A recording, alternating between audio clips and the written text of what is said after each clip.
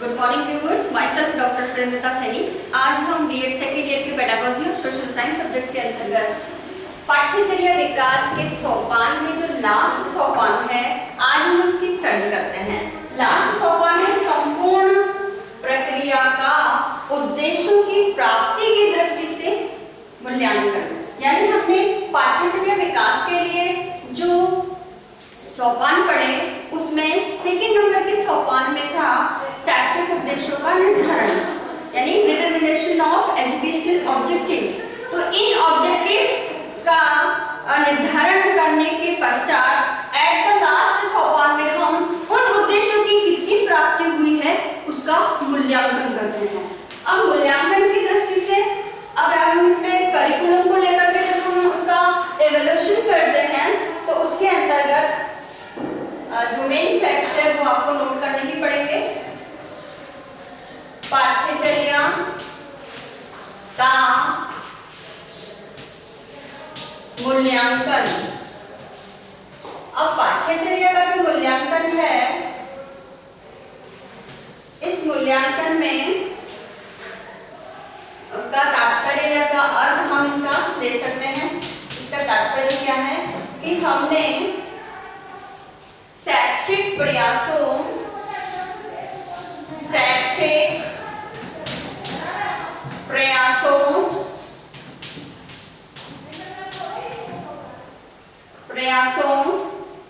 के परिणाम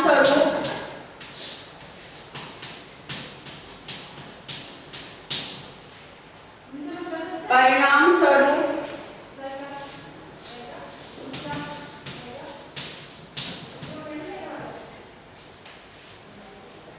उत्पन्न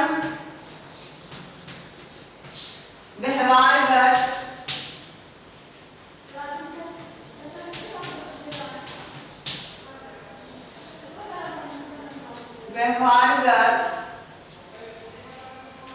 परिवर्तनों की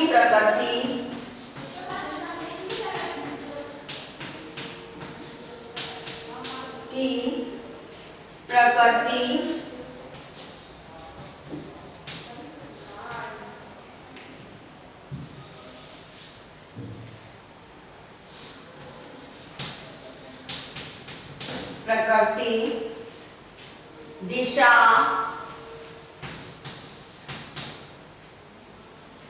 तथा सीमा के प्रमाण, यानी एविडेंस, प्रमाण प्राप्त करना तथा उनको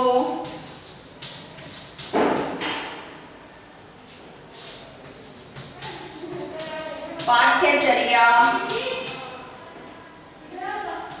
प्रक्रिया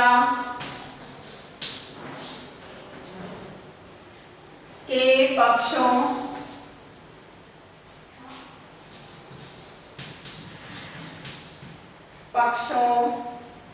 में सुधार लाने के लिए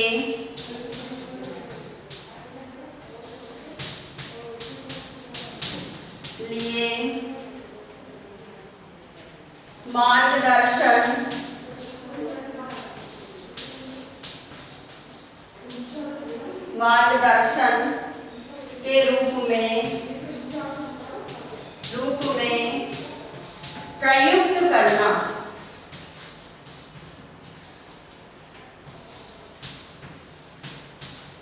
जब हम पाठ्यचर्या के मूल्यांकन की यानी करिकुलम एवैल्यूएशन की बात करते हैं तो उसका मीनिंग क्या है कि what is the meaning about curriculum evaluation.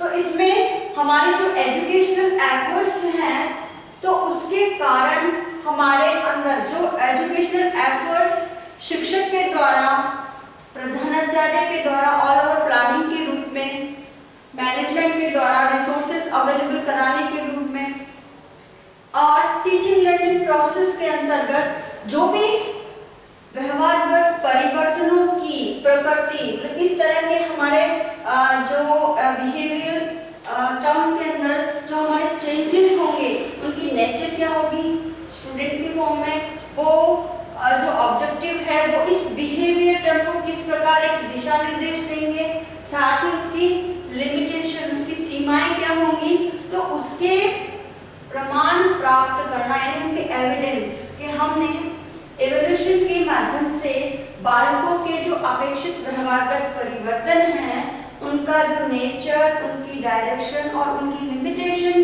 के एविडेंस प्राप्त करना और उनको पाठ्यचर्या प्रक्रिया के पक्षों में सुधार लाने के लिए मार्गदर्शन के रूप में प्रयुक्त करना। क्योंकि जब हम इन बिहेवियर टर्म्स का हम जब मूल्यांकन कर लेते हैं तो मूल्यांकन करने के बाद जो हमारी करिकुलम की जो प्रोसेस है डेवलप करने की, उस करिकुलम की जो प्रोसेस है चाहे वो डेवलपमेंट हो, उसकी प्लानिंग हो, चाहे उसका हस्तांतरण हो, यानी उसका किस तरह का तरीके से हम बालकों को उसकी स्टडी करेंगे, दैट इज हस्तांतरण।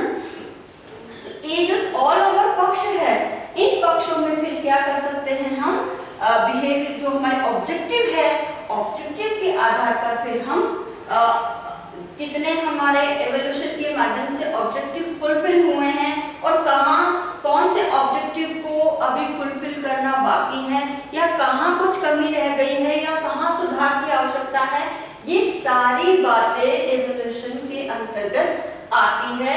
और यही बिहेवियर ऑब्जेक्टिव हमारे एवोल्यूशन के आधार पर आगे की पाठ्यचर्या प्रोसेस को क्या करते हैं, सुधार लाने के लिए एक प्रॉपर गाइडेंस प्रदान करते हैं और इसी रूप में हम मूल्यांकन को लेते हैं, यानी करिकुलम मूल्यांकन को हम इसी पक्ष या इसी रूप में लेते हैं कि ये जो मूल्यांकन है ये हमारे उद्देश्यों की प्राप्ति में कितना सार्थक हुआ है, कहाँ कमी रही है तो कहाँ हमें सुधार करना है, तो ये सारी गाइडेंस हमें पाठ्यचर्या का मूल्यांकन देता है। अब इसमें एक और बात बताई गई है जो मेन इंपॉर्टेंट है और वो ये है कि ये जो मूल्यांकन है करिकुलम का, ये करिकुलम का मूल्यांकन क्या करता है, विद्यार्थियों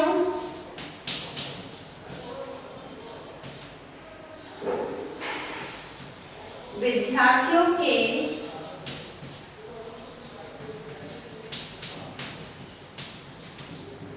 व्यक्तिगत या वर्गगत, क्योंकि क्लास में सभी प्रकार के बच्चे आते हैं तो वर्गगत जो व्यवहार है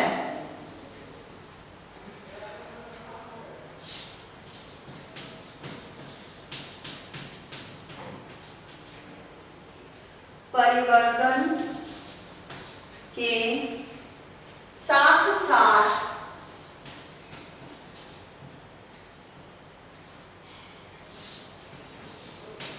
विद्यालय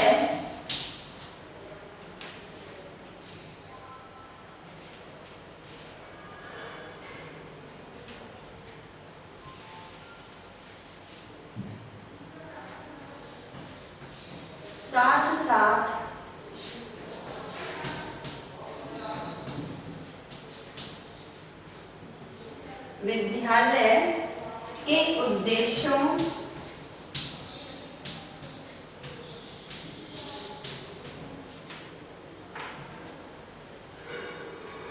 तथा उन्हें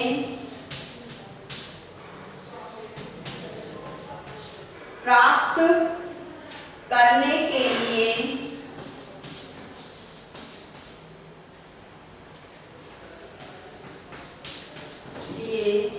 अधिगम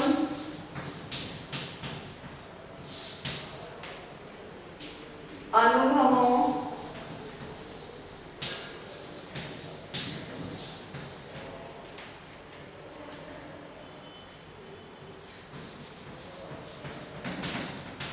अंतर्वस्तु के संगठन, यानी जो हमने ऊपर के अभी जो स्टेप पढ़े, तथा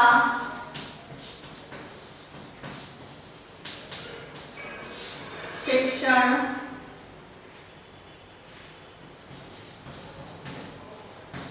विधियों के संबंध में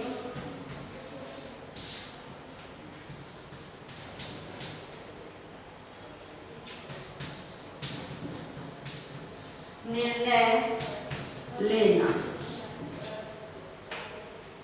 तो अब आगे जो मोस्ट इम्पॉर्टेंट फैक्टर पाठ्यचर्या के मूल्यांकन के बारे में कहा गया है, उसमें ये कहा गया है कि विद्यार्थियों के व्यक्तिगत यानी इंडिविजुअल उनके कौन कौन से अपेक्षित व्यवहारगत परिवर्तन होंगे, साथ ही वर्गगत या फिर वर्गगत किस प्रकार व्यवहारगत परिवर्तन होंगे, और इनके साथ ही विद्यालय के उद्देश्यों और उन्हें प्राप्त करने के लिए, क्योंकि हम जब ऑब्जेक्टिव निर्धारित करते हैं तो उन्हें प्राप्त करने के लिए हम हमारे बिहेवियर टर्म में हमारे लर्निंग एक्सपीरियंसेस क्या होंगे, फिर उसके आधार पर हम किस प्रकार का करिकुलम में कंटेंट का ऑर्गेनाइजेशन करेंगे और टीचिंग मेथड्स कौन कौन से होंगे, ये सब हम करिकुलम जो डेवलपमेंट की प्रोसेस है इसमें हम सुनिश्चित करते हैं।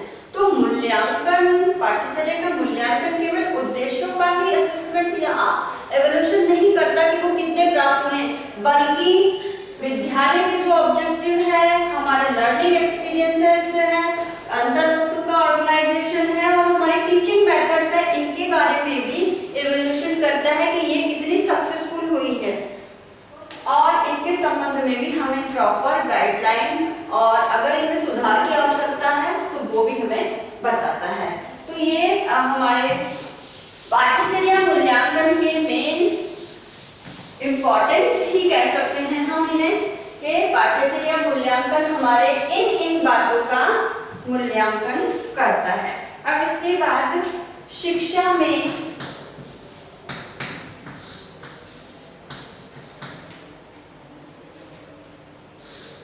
मूल्यांकन के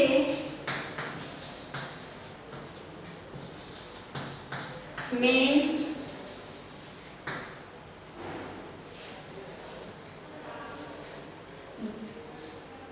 क्षेत्र है कि हम किन किन का मूल्यांकन करते हैं। तो ये जो मेन क्षेत्र है इसमें जो पहला है वो है छात्रों की दृष्टि से। तो इसमें कहा गया है कि छात्रों में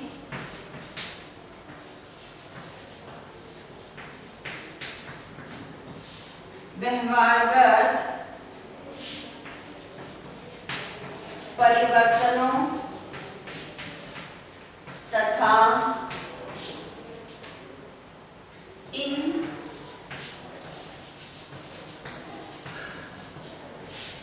व्यवहारों को प्रभावित करने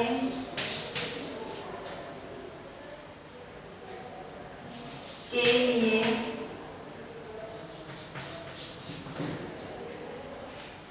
उत्तरदायी कारक, ये इसका पहला एरिया है जो हमारे मूल्यांकन का क्षेत्र निर्धारित करता है।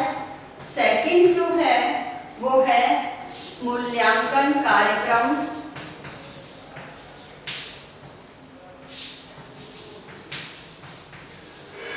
और मूल्यांकन के लिए हम कौन कौन से कार्यक्रमों का आयोजन करते हैं, तो मूल्यांकन कार्यक्रमों का छात्र अभिप्रेरणा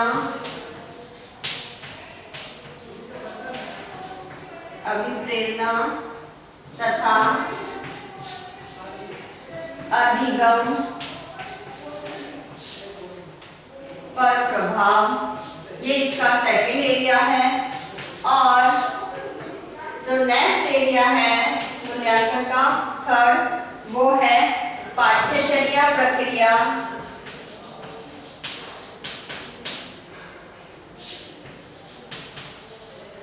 ये जो पाठ्यचर्या की प्रक्रिया है, तो पाठ्यचर्या प्रक्रिया के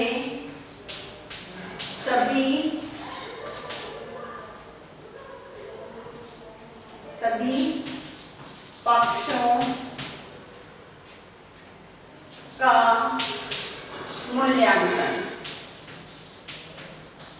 तो ये तीनों ही एरिया हमारे पाठ्यचर्या के मूल्यांकन में एक इम्पॉर्टेंट रोल प्ले करते हैं। इसका एक्सप्लेनेशन इस प्रकार है कि स्टूडेंट की दृष्टि से जो हमारे ऑब्जेक्टिव है, जो बिहेवियर टर्म्स में लिखे जाते हैं, यानी व्यवहारगत परिवर्तन, और इन व्यवहारगत परिवर्तनों को कौन कौन से कारक है जो प्रभावित करते हैं, उन कारकों का हम क्या कर सकते हैं, पाठ्यचर्या मूल्यांकन में उनको इंक्लूड कर सकते हैं। तो उत्तरदायी कारक, जिसमें हम बिहेवियर टर्म के जो ऑब्जेक्टिव लेते हैं वो ज्ञानात्मक, भावात्मक और क्रियात्मक, इन ब्लूम की टैक्सोनॉमी के आधार पर इन तीनों पक्षों को हम इसमें इंक्लूड करते हैं।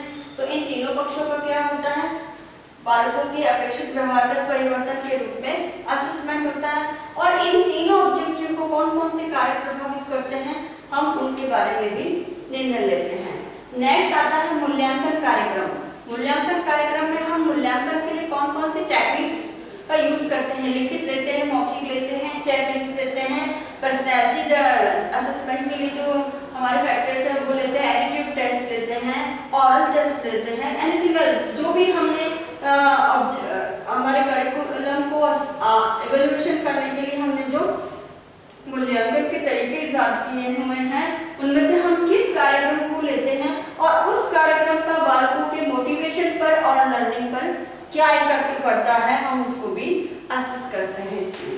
थर्ड आता है पाठ्यचर्या प्रक्रिया के सभी पक्षों का मूल्यांकन, यानी हमने पाठ्यचर्या के डेवलपमेंट के लिए ये 6 जो हमारे सोपान लिए हैं, इन 6 का यही हमारे 6 जो है हमारे पक्ष हैं, इनका मूल्यांकन, इनका भी मूल्यांकन, यानी सबसे पहला था हमारा अपेक्षित जो है बाह्य जो परिस्थिति है उसका जो मूल्यांकन, ठीक है, जो बाहरी प्रक्रिया है, पहला ये था।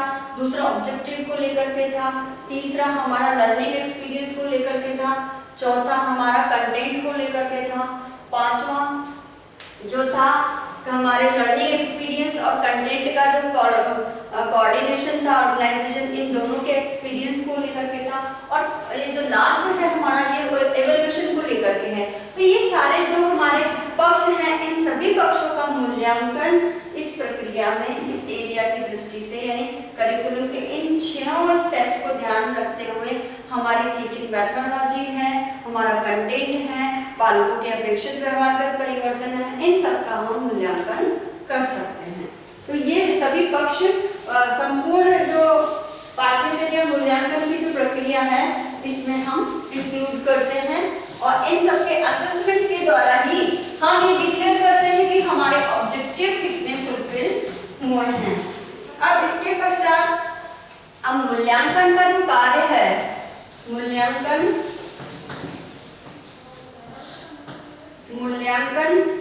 कार्य में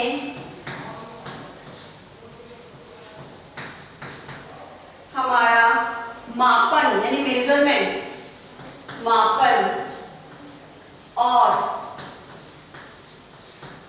परीक्षण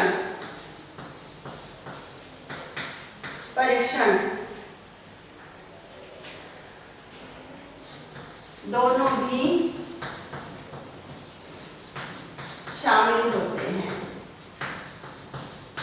मूल्यांकन में केवल ये ही नहीं है कि केवल हम इवैल्यूएशन की प्रोसेस में ले, इसके अंदर मेजरमेंट भी इंक्लूड है। हम माप सकते हैं कि कितना % बालकों ने अचीव किया है, कितनी ग्रेडिंग आई है, कितनी लर्निंग हुई है, साथ में हम उसका टेस्टिंग भी करते हैं।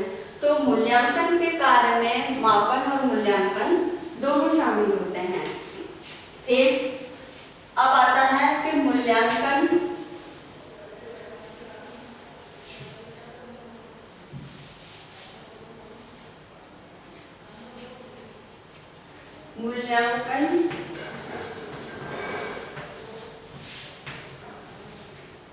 कार्यक्रम की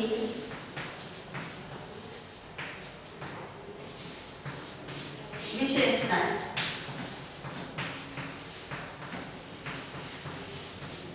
अब मूल्यांकन कार्यक्रम है, इसकी जो विशेषताएं हैं, इसमें इसमें बेसिकली फर्स्ट हम लेते हैं क्रमबद्धता। जो मूल्यांकन होता है वो क्रमबद्ध होता है। दूसरी वस्तुनिष्ठता।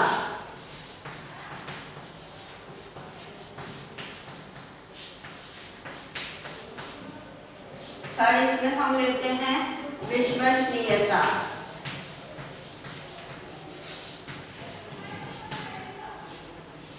विश्वसनीयता। चौथी हम इसमें लेते हैं वैधता। नेक्स्ट इसमें हम लेते हैं व्यवहारिकता।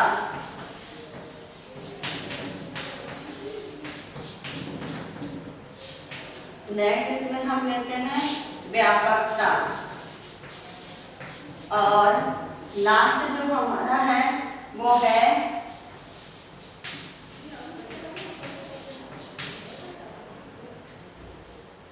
शिक्षार्थी की सहभागिता।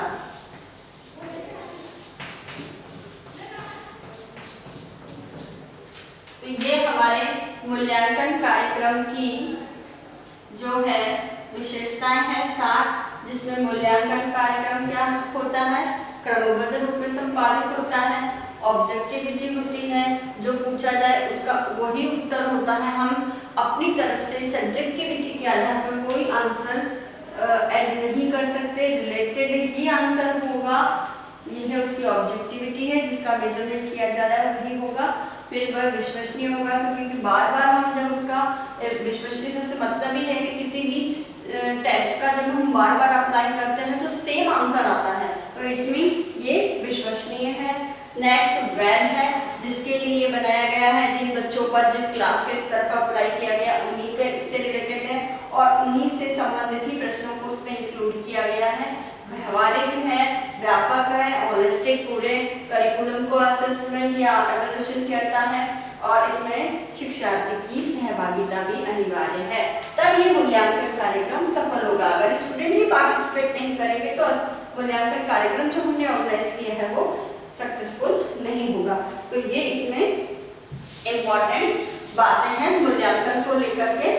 तो ये मूल्यांकन कार्यक्रम की हमारी विशेषताएं हैं। अब इसके पश्चात क्रॉनबेक ने मूल्यांकन के महत्व को लेकर के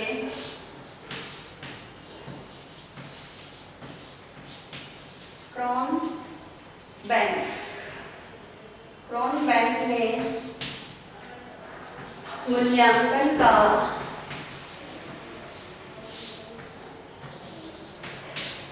महत्व बताया है। उस महत्व को इन्होंने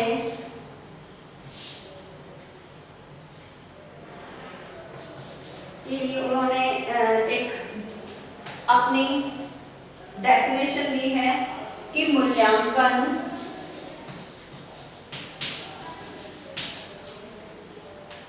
पाठ्यचर्या निर्माण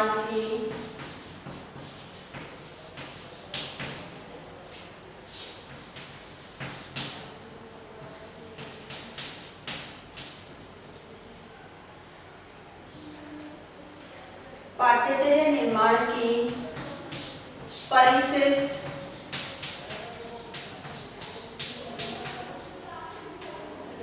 न होकर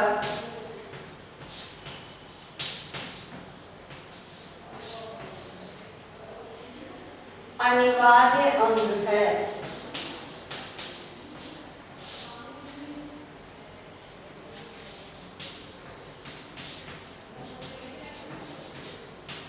तो ये क्रॉनबेक ने कहा है कि मूल्यांकन का जो स्टेप है वो केवल एक परिशिष्ट नहीं है, यानी परिशिष्ट को इंग्लिश में अपेंडिक्स नहीं है, यानी एट द लास्ट हम एक तरह से अपेंडिक्स में वो चीजें इंक्लूड करते हैं जो करिकुलम को बनाने में हमारी हेल्प करती है। हमने अगर कोई टेस्ट लिया है या कहीं से कोई भी फोटोग्राफ लिए, एक्स्ट्रा जो होता है वो, यानी इसे एक्स्ट्रा ना मान करके बल्कि क्या माना गया है, एक अनिवार्य अंग माना गया है कि पाठ्यचर्या निर्माण में करिकुलम क्या है, एक इम्पोर्टेंट पार्ट है, ये कहा है। अब इसके बाद इस पाठ्यचर्या निर्माण के अंदर अभी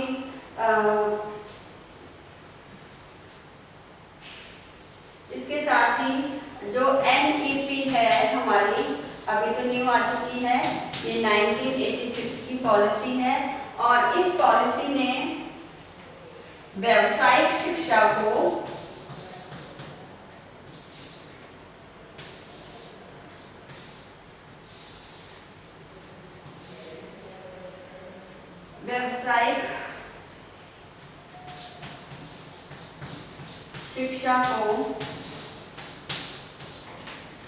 प्राथमिकता दी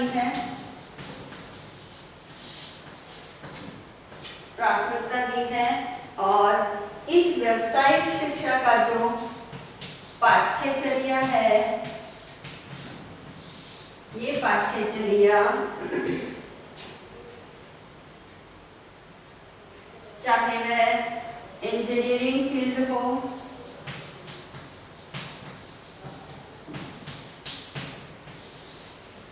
मेडिकल हो या कंप्यूटर, ये सब क्या है, व्यावसायिक शिक्षा के हमारे क्षेत्र है। तो इस व्यावसायिक शिक्षा के इन क्षेत्रों से रिलेटेड जो भी पाठ्यक्रम डिजाइन है, उस पाठ्यक्रम डिजाइन के अंदर भी इन्हीं सोपानों का स्टेप को फॉलो करते हुए ही हमने क्या किया है, करिकुलम डिजाइन किया गया है। साथ ही हमारे इस करिकुलम का असेसमेंट करने पर एक चीज और हम देखते हैं कि हमारे समाज और राष्ट्र की जो समस्याएं हैं, चाहे वो पॉवर्टी से जुड़ी हुई हो, चाहे वो जनसंख्या वृद्धि से जुड़ी हुई हो, इनका भी इस करिकुलम द्वारा कितना हल या समाधान हुआ है, हम इसका भी इसमें असेसमेंट करते हैं। क्योंकि हमारे देश की जितनी भी समस्याएं हैं, हम उनका अगर हल या समाधान या सुधार करना चाहते हैं इन समस्याओं को, तो एक ही औजार या शस्त्र है, वो है शिक्षा। ये शिक्षा ही एक ऐसा शस्त्र है जो हमारे देश की समस्याओं का हल कर सकती है। और कोठारी कमीशन ने भी इस चीज के लिए इम्पोर्टेंट दिया था कि DS कोठारी जो इसके अध्यक्ष हैं, उन्होंने भी शिक्षा को एक शस्त्र माना है। इस प्रकार से चाहे हमारे देश में शांति की शिक्षा को लेकर के बात कही जा रही है, या फिर शांति स्थापना को लेकर के परमाणुवाद है, आतंकवाद है, आपातकाल प्रबंधन है, या एनीथिंग एल्स, जो भी है उसका एक ही साधन या शस्त्र है, वो है शिक्षा। और शिक्षा के आधार पर ही हम क्या कर सकते हैं, हमारे राष्ट्र की समस्याओं का समाधान कर सकते हैं। तो इस प्रकार आज हमने पाठ्यचर्या निर्माण के 6 सोपान पढ़े। इन 6 सोपानों के आधार पर ही हम किसी भी सब्जेक्ट का या किसी भी डिसिप्लिन का करिकुलम डिजाइन कर सकते हैं। तो ये सारे स्टेप को हमें फॉलो करना चाहिए। अब आज का जो असेसमेंट है वो आपका यही है कि इसमें क्वेश्चन है, संपूर्ण प्रक्रिया का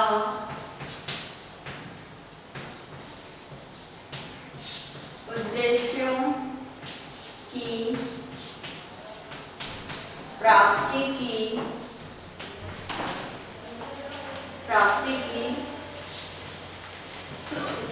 दृष्टि से मूल्यांकन को स्पष्ट कीजिए।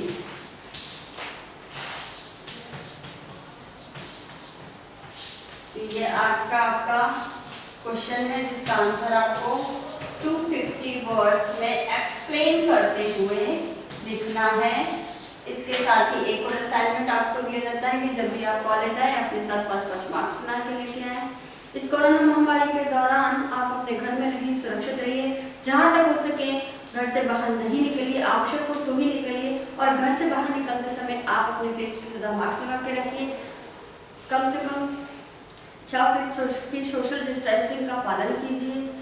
अपने सोशल मीडिया ग्रुप में कोरोना वायरस के बचाव हेतु जो एडवाइजरी गवर्नमेंट ऑफ इंडिया द्वारा जारी की गई है उसके पोस्टर बना के अधिक से अधिक शेयर कीजिए ताकि लोग जागरूक हो सकें। और अपने हाथों को बार बार सैनिटाइज करें, बार बार साबुन से धोएं। अगर कोरोना वायरस से रिलेटेड ऐसे कोई सिम्टम्स आपको नजर आते हैं तो आप तुरंत जाकर के डॉक्टर की सलाह लें। आई होप ये वीडियो आपके लिए यूजफुल होगा। So thank you.